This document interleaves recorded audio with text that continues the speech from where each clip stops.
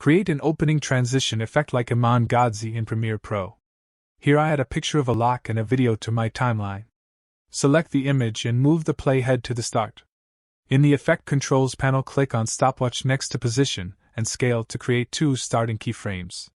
Move the playhead around 1 second forward, increase scale to a very high value, and change position values until the black part of the lock is filling the entire frame.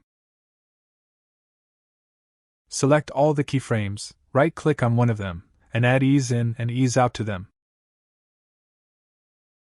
Under Opacity, click on Ellipse Mask and adjust the size and position of the mask to cover the black part of the lock. Set Mask Feather to 30. Now click on this arrow to move the playhead to the second keyframe position. Then hold down the Shift key and press the left arrow key to go backward 5 frames. Click on Stopwatch next to Mask Expansion to create a starting keyframe.